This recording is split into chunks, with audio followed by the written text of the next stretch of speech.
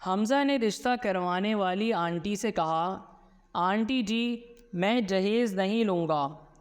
Aunty, بیٹا تمہیں کوئی لڑکی دے دے تو یہ بھی بہت بڑی بات ہوگی۔ کون بنے گا کروڑ پتی میں؟ آج کا سوال۔ مرزا غالب کون سا صابن استعمال کرتے تھے؟ گھر والوں نے یو فون سمجھ رکھا ہے، جو بھی کام ہو بیٹا تم ہی تو ہو۔ سیلز مین، سر کاکروچ کے لیے پاؤڈر لیں گے؟ طلحہ، نہیں ہم کاکروچ کے اتنے لاڈ نہیں اٹھاتے، آج پاؤڈر تو کل پرفیوم۔ کچھ لوگ فون پکڑتے ہی کہتے ہیں پاسورڈ بتاؤ۔ بندہ جوتی مار کر پوچھے کہ اگر بتانا ہی تھا تو لگایا کیوں ہے؟ کبھی گھر آئے مہمان کے بچے نے زیادہ تنگ کیا ہو تو اسے سائڈ پہ جا کے چپیڑیں ٹوکی ہیں؟ اگر یوں ہی یوٹیوب دیکھ کر لوگ ڈاکٹر بنتے رہے تو وہ دن دور نہیں جب گلی محلے میں ڈاکٹر سائیکل پر آوازیں لگا رہے ہوں گے، معدہ، دانت، گردے ٹھیک کرا لو۔ رشتہ دار، آپ کا بیٹا کیا کرتا ہے؟ امی، مذاق اچھا کر لیتا ہے۔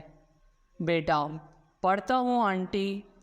امی، دیکھا میں نے کہا تھا نا مذاق اچھا کر لیتا ہے۔ سردار ٹیکسی والے سے، ریلوے اسٹیشن تک کتنا کرایہ لوگے؟ ٹیکسی والا، 200 روپے۔ سردار، اور سامان کا کتنا لوگے؟ ٹیکسی والا، سامان کا کرایہ نہیں لوں گا۔ سردار، یہ تم سامان لے کر جاؤ میں پیدل آتا ہوں۔ ڈاکٹرز کہتے ہیں رات کو پیاز کھانا ٹھیک نہیں ہوتا۔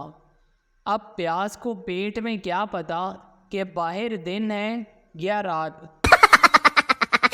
بیوی، میرے فون میں سمیرہ اور جمیل کام نہیں کر رہے۔ شوہر، کیا؟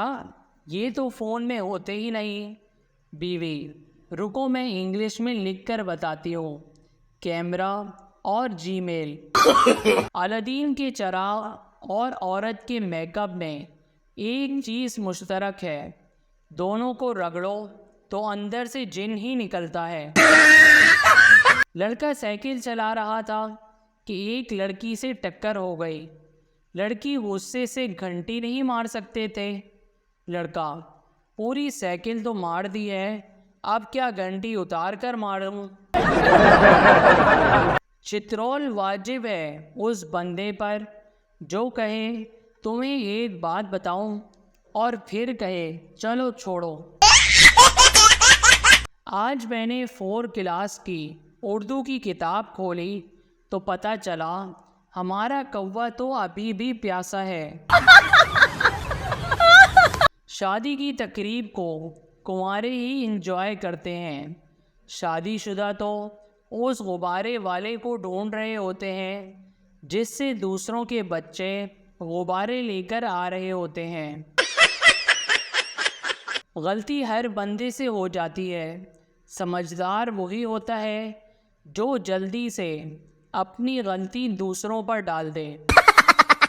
ایک ننھا بچہ اسکول سے گھر آیا تو اس نے اپنی امی سے کہا بھوک سے پیٹ میں درد ہو رہا ہے۔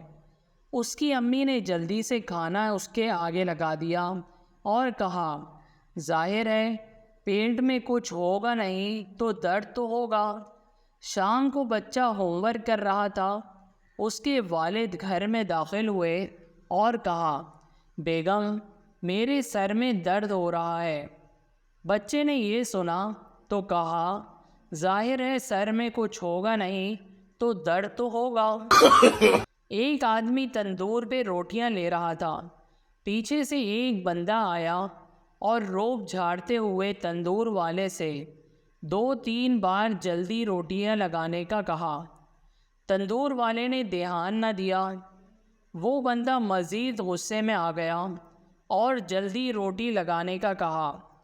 تب تندور والے نے تاریخی جملہ بولا صبر کر ماما، تو اگر اتنا بڑا بدماش ہوتا تو گھر میں ہی روٹی بنوا لیتا۔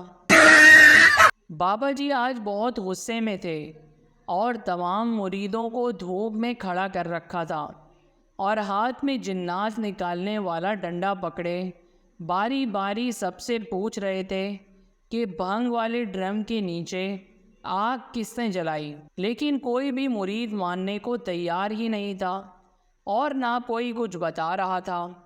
آخر بابا جی آستانے کے وسط میں لگے بوڑ کے درخت کی چھاؤں میں جا بیٹھے اور مریدوں کو بھی پاس آ کر بیٹھنے کو کہا۔ تمام مرید جو کافی دیر سے دھوپ میں کھڑے کھڑے تنگ آ گئے تھے، جلدی سے بابا جی کے ارد گرد بیٹھ گئے۔ انہوں نے اپنے حجرے کے سامنے ایک بیری کا درخت لگا رکھا تھا۔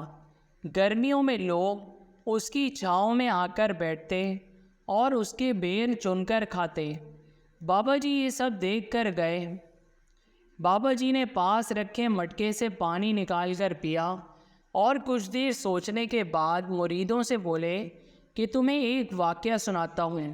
ایک بہت بڑے بزرگ تھے، انہوں نے ایک درخت لگا رکھا تھا۔ وہ اس درخت سے بہت خوش ہوتے اور انہیں اس درخت سے بے پناہ انس ہو گیا تھا۔ وہ بالکل اپنے بچوں کی طرح اس درخت کو پیار کرتے، اس پر پانی چھڑکتے، اس کی تراش خراش کرتے اور اس کی کیڑوں مکوڑوں سے حفاظت کرتے۔ ایک دن وہ بزرگ صبح اٹھتے تو دیکھا کسی نے اس درخت کو کاٹ دیا ہے۔ وہ بہت برہم ہوئے اور اپنے تمام مریدوں کو اکٹھا کر کے پوچھنے لگے کہ یہ حرکت کس نے کی ہے۔ مریدوں نے بزرگ کو کبھی اتنے غصے میں نہیں دیکھا تھا، لہٰذا وہ تھر تھر کانپنے لگے۔ مگر ایک مرید جو کہ نیا نیا بزرگ کا مرید بنا تھا، وہ آگے بڑھا اور اپنی غلطی قبول کی کہ آستانے کی چھت کی مرمت کے لیے لکڑی کی ضرورت تھی، اس لیے اس نے وہ درخت کاٹ دیا۔ وہ نہیں جانتا تھا کہ وہ درخت ان بزرگ کو اتنا عزیز تھا۔ وہ بزرگ آگے بڑھے اور اس نوجوان کو گلے لگا لیا اور بولے کہ تم نے سچ بولا ہے، لہٰذا میں تمہیں معاف کرتا ہوں۔ درخت تو پھر اگائے گا، لیکن اگر آج میں نے تمہیں کچھ کہا تو تم دوبارہ سچ بولنے سے ڈرو گے۔ بابا جی اتنا بول کر چپ ہو گئے اور مریدوں کی طرف دیکھنے لگے۔